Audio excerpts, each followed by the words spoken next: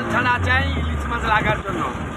দেখুন ইলিশ মাছ লাগে, হ্যাঁ ইলিশ মাছ এত আছে? প্রচুর। আমার 5খানা দুখানা নৌকা আছে আমার এইখানে।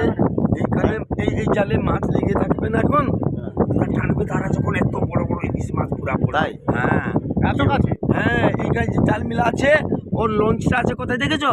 ওর লঞ্চটা আছে ওইখানে, ওই অত